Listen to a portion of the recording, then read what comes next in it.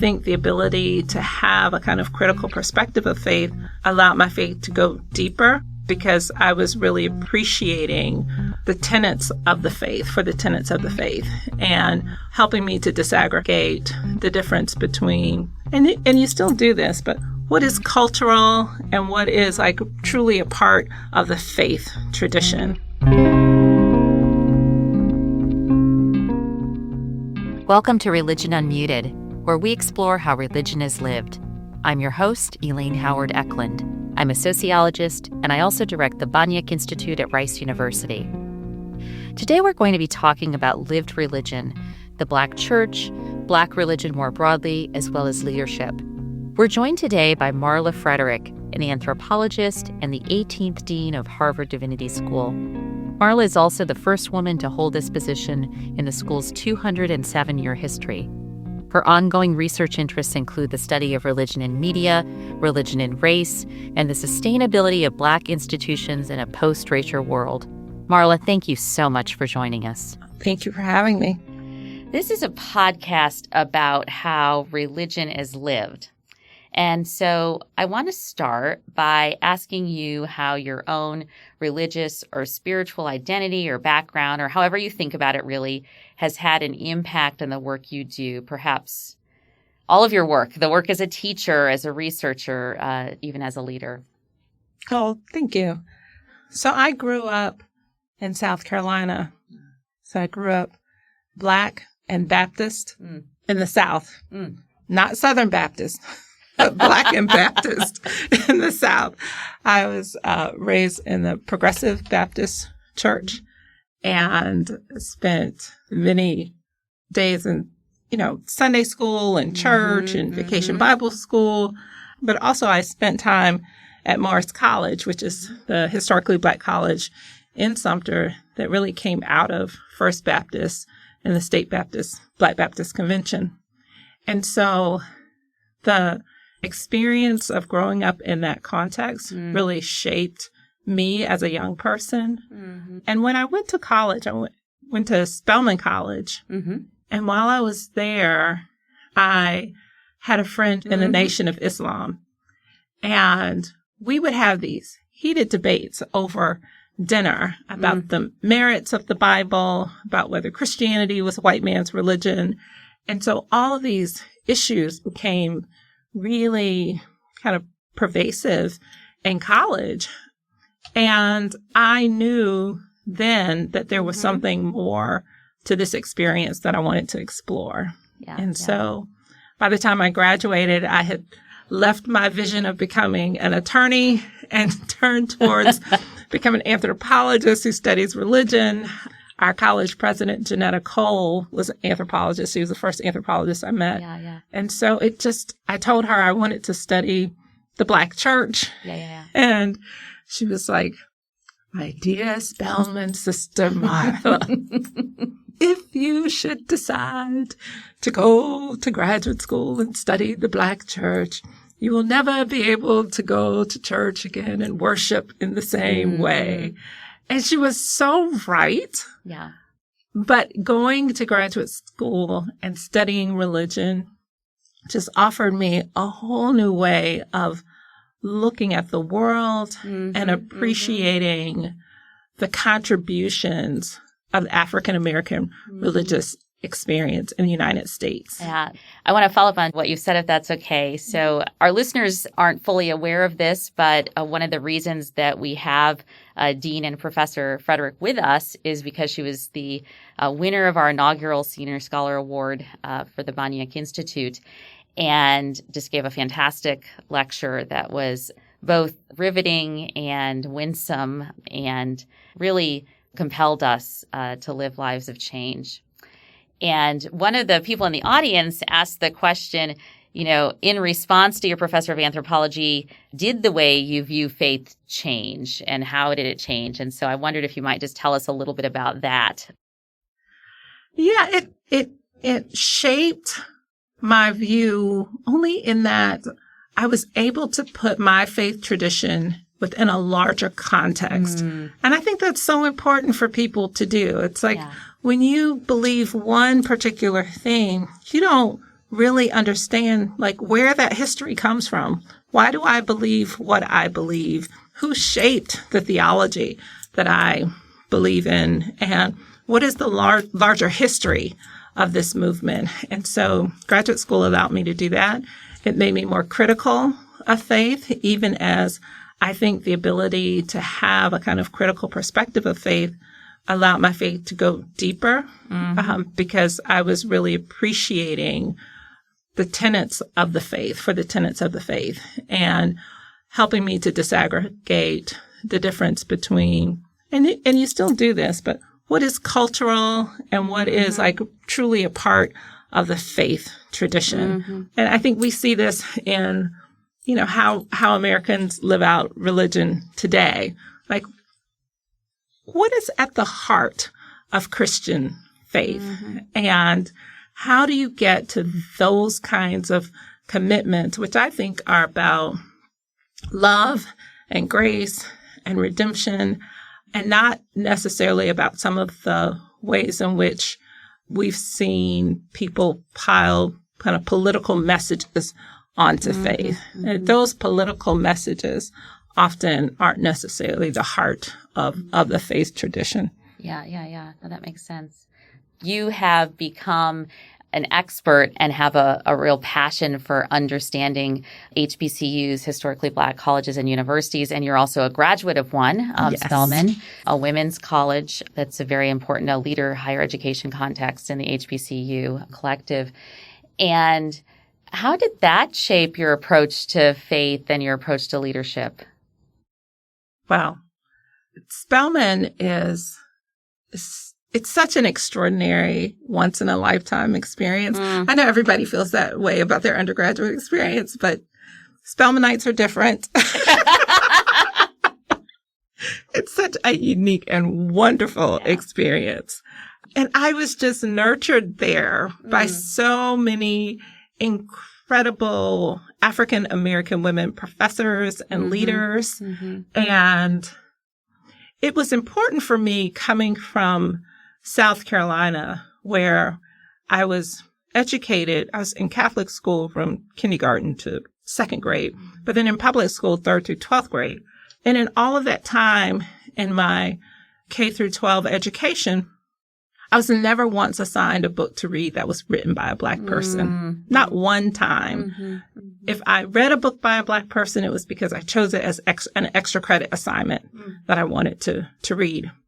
And going to Spelman was 180 degrees different, where for freshman composition, we were reading literature by Black women from the United States, from South Africa, from South America, from Central America. It was just amazing to be exposed to the writings and the thoughts of Black women leaders and activists and artists from around the world, and to be taught in that space, to read Toni Morrison, to read The Bluest Eye in the context of a room full of 18 and 19-year-old Black women who are coming into their own. And in that space, something unique and magical happens where you connect with other Black women throughout history, but then you also see the potential for where you can be, and you're able to process the harms and the experiences of so many Black women together in this shared space. And it's really extraordinary. My professor for that class was Dr. Gloria Wade Gales. She's one of my greatest mentors and has mentored a number of women who've gone on to PhD programs. I remember when I went to her office hours, it was in my junior year, and I told her I was going to go to law school. She's like, "Oh, Marla, we don't need any more Black lawyers. We need Black PhDs. We need a pipeline of professors who will go and educate the next generation and who will research and write our stories." I mean, she was just so compelling and so right. That's right. I just appreciate her. And not that we don't need Black lawyers. Of course we need more Black lawyers. But she just saw this gaping hole in higher education. And so we still have a long way to go in creating this pipeline of educators. Yeah. A lot of your research is on the Black church or Black churches and Black religion more broadly, but you've also focused on other Black institutions like HBCUs and Black businesses. How do you tie that latter focus into religion? What kind of connections, if any, do you identify between religion and Black social institutions? What a great question. I love it. When you think about the founding of historically Black colleges and universities, mostly after the Civil War and until about 1915, that's when the majority of them were established. The people that you see coming together to establish these institutions are, of course, Black church communities like the African Methodist Episcopal Church, Black Baptist. They start colleges across the South. But you also see white missionaries and philanthropists and denominations from the North who come south to establish historically Black colleges. And you see the federal government establish land-grant institutions. And in thinking about those histories, I just want scholars to do more work in talking about the religious histories that led to the development of historically Black colleges and universities, because it was such a unique moment, such a powerful moment in American history, because the threat of violence was even so strong. So even when you have white missionaries come south, they're not necessarily welcomed with open arms by the white leadership of the South. And Jarvis Givens in his book talks about how in this time period, it's like a short time period, I think it's Reconstruction period, talks about over 600 schools for Blacks were burned to the ground across the South. So it's dangerous work, but they are really invested in the possibility of educating these newly freed people and their descendants. And it's a remarkable history. And when you think about the results of what HBCUs have contributed to society, the whole idea that we live in now, what we celebrate as a multicultural democracy, doesn't exist, in my opinion, without the work of historically Black colleges and universities, because you certainly don't have leaders like Thurgood Marshall or Ralph Abernathy or Martin Luther King. You don't have Septima Clark or Rosa Parks without these colleges. Yes. And all of the unnamed leaders across the South who are pushing for civil rights, which once eventually passed are civil rights, not just for Black people, but for immigrants coming into the United States who then have access to jobs that they wouldn't have had access to and education that they wouldn't have had access to. And part of that being part of the impetus for the women's rights movement. And so women having access.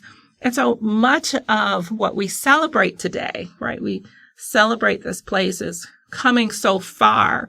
We would not have come this far without the leadership of those who were educated at historically Black colleges and universities. And so I think these universities, colleges need more than lip service as appreciation, but a real commitment to them so that they can continue to thrive and do the work that they have done for generations. These institutions filled a needed gap, and they created civic leaders and entrepreneurs and politicians and people who were really able to push the medical doctors who were really able to push the needle and provide not only a stopgap for the African American community, but a real vision for what the United States could look like, could be, And so I just pay homage to them. I'm so grateful for all that these institutions have contributed to society, and just really appreciative of the role that they have played in just my personal life, my parents' lives. And I know that my family story is replicated by the thousands of other Black families. The next question is about hoping for the future. So I asked you to look back a little bit, and now I want to ask you to hope forward. What are your hopes as a leader, as a scholar, and how do you approach faith in your approach to leadership and research? Part of my hope as a scholar of religion, as a person of faith, and as Dean of Harvard Divinity School, because I really appreciate the mission and work of Harvard Divinity, it's a interreligious divinity school where we teach many traditions: Christianity, Islam, Judaism, Buddhism, Hinduism, African traditional religions, Native American religions. And part of the goal is that we would educate a larger populace. We would create leaders who are able to lead in this multiracial, multi-religious democracy, people who are conversant with different faith traditions. And I think that is a kind of critical part of what it means to develop leaders for the 21st century. We need more religious literacy in the world and not less. And so I'm deeply committed to that vision and excited to be at Harvard Divinity to expand that vision. But I see it as something that we need to do just across the country, whether it's in colleges and universities or in churches and mosques and synagogues, where we create spaces for interreligious dialogue. You know, you're speaking my language, and I've learned so much from your scholarship, really, but also from who you are as a person. Thank you. And I think it's fair to say you've had a path-breaking career so far. You were president of the American Academy of Religion, the largest association of religion scholars. You're well known for your work on Black Christianity and Black religion more broadly. And as everyone's saying now, perhaps most impressive, you're the first woman to become the dean of Harvard Divinity School. What about your reading of your own story? What's most important to you? What do you hope people will take away? Wow. There's a lot that's really important. But in this particular moment, having lost both of my parents this year, I would hope that people take away the fact that I am the daughter of absolutely extraordinary people. My parents, my father and mother, Elsie and Carolyn Frederick, they poured into us a tremendous amount of love and a deep commitment to education. My father grew up sharecropping in South Carolina and had a fortuitous opportunity to attend college. He was able to pay for it because President Rubin, Dr. O.R. Rubin, was president at the time and allowed my father to come and serve as his driver for 4 years in order to pay for college. And then he sent him to Atlanta University to get his MBA and told him he wanted him to come back and serve as his business manager. And my mom attended Southern University in Louisiana. She's from Louisiana. And their kind of care for us really nurtured in us a desire, a love for the larger community, for our Black Baptist Church, First Baptist Church, for Morris College, and the work of these Black institutions in really developing and uplifting the community writ large. And I know you mentioned me being the first woman dean of the Divinity School, which is a great honor. But you and I both know I am certainly not the first woman qualified to be dean. Mm-hmm. And so I know that I stand on the shoulders of so many women who really paved the way for this moment. And I am deeply appreciative of them and their scholarship over the many years and their leadership that led to this moment. And so I am very clear of where I stand in this long trajectory of women leaders and scholars. I just really want to name that. I think it takes a certain kind of courage to tell it that way rather than to tell it only based on our personal accomplishments. I really appreciate that. Yeah, really appreciate that. This is something I picked up from rereading your lecture to the American Academy of Religion when you were president, which was published in the Journal of the American Academy of Religion.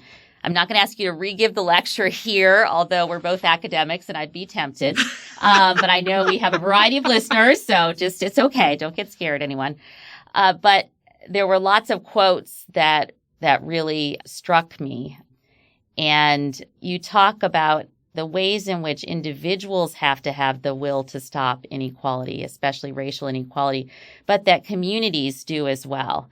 And just in a really captivating way, drawing on Toni Morrison's work, among others. And there's this one quote which I loved. It is, religious communities and texts have long issued edicts on the limitations of the human desire for more. More money, more power, more stuff. Whether Buddhist, Hindu, Muslim, or Christian, the warnings against greed, gluttony, and power have been consistent. They want us humans to exercise restraint, to have limitations. I think that quote stands on its own, and it's also to be read in the context of you now living and leading in the midst of one of the most ambitious institutions in the world, right? Yes. And the kind of pressures that puts on a person, on a leader. How are you seeing that now? How are you seeing the limitations now? Yeah, I mean, it's a great question. I see the question around limitations in the context of living in the wealthiest country in the world, where we have a growing divide, growing wealth inequality that is putting a stranglehold on working families and poor people, and our commitment to greed and gluttony only continues to feed that. And when we don't intervene, when we try to intervene, and the political forces, the political forces that define any type of effort to intervene on that as socialist, communist, often distort, I think, what it means to be responsible citizens and responsible politicians, so that we create policies that work for everyday hardworking people. I think we live in a culture that glorifies to a fault wealth and an abundance that really distorts what ambition should look like. When people have aspirations of being billionaires and trillionaires, like we're on target to have our first trillionaire, I think that's, can I say it on this podcast? I think that's outrageous. Absolutely. I think absolutely. It's absolutely outrageous. Yeah. When we have such great poverty and our schools are suffering and our healthcare system is suffering, and all of these areas where people need assistance. And it's not as though people don't deserve it because people are just getting a handout. It's like hardworking people don't have access to health care. Hardworking people don't have access to quality education. And so because religion in America, and I'm talking specifically about Christianity right now because that's the heart of my research, because Christianity has promoted a gospel of prosperity and increase and indulgence, I think it has, in some ways, aided and abetted our desire for more, as opposed to aiding and abetting our desire to help and create more equitable circumstances for people to really survive and thrive in America, when we literally are the wealthiest country in the world. To take that in, I think I have a related question. In your Parks King lecture at Yale University, you mentioned a need for more religion scholars to be thinking about Black institutions and the commitment to Black uplift that they represent. Could you elaborate even a bit more on this idea? Yeah, in this particular moment, and I just was living in Georgia. When you think about people like Stacey Abrams or Senator Raphael Warnock or Keisha Lance Bottoms, who's our past mayor, like all of them are educated at historically Black colleges and universities. These are incredible leaders who have done so much for American democracy. But then when you look at the histories of HBCUs, you also, and this is something I don't know that people fully appreciate, it's like not only were HBCUs educating African American leaders, but they were educating people who immigrated from East Asia. So if you look at my parents' MBA class, you'll see a number of East Asians in the picture. You'll see a number of Africans in the picture. And you will begin to appreciate the kind of multi-ethnic, multi-religious space that these places were. And so it's just, they have such rich histories, and I don't think we've begun to fully scratch the surface on their contributions to American society. Yeah, it kind of gives me chills to think about it, what it might mean to continue to really uncover and amplify those histories. Yeah. I think when we think about the influence of an institution, we think about the national influence that they hold. But I also want people to just appreciate the local and state and regional influence that these schools maintain, because that is tremendous. Because as we're seeing with government now, people vote in federal elections, but you're seeing that what can really move the needle are state and local elections. Right. And one of your other areas of study, the importance of local activism and the importance of religion in that. In local spaces. Super important, super important. So as the dean of Harvard's Divinity School, what do you hope to see from Harvard Divinity School and other divinity schools across the country? Yeah, I'm really excited about the work that's being done at Harvard Divinity, the ways in which we've really embraced this kind of multi-religious approach to thinking about religion and leadership. And I am hopeful that, and I know divinity schools are moving this way, Christian divinity schools, some are just moving towards being more open to understanding other faith traditions. And I think that's the only way to really move forward if we're going to live into this multiracial, multi-religious democracy that we all love and appreciate, and that we hope will kind of live up to its fullest potential. And as we create leaders who are able to do that, I think we're kind of on target for achieving our mission and vision. Yeah. And I think people sometimes feel threatened by that. They feel like the learning about others will dilute the self, will water down our own traditions. And I know in your writing and in your work and in our conversations, that has not been the case for you, that you have felt like it has made your own traditions stronger and more nuanced in some ways. Yes. I think that's a kind of model others can aspire to. And when you think about your work and life and what it means for religion to be lived and practiced, anything final you want to share with our listeners?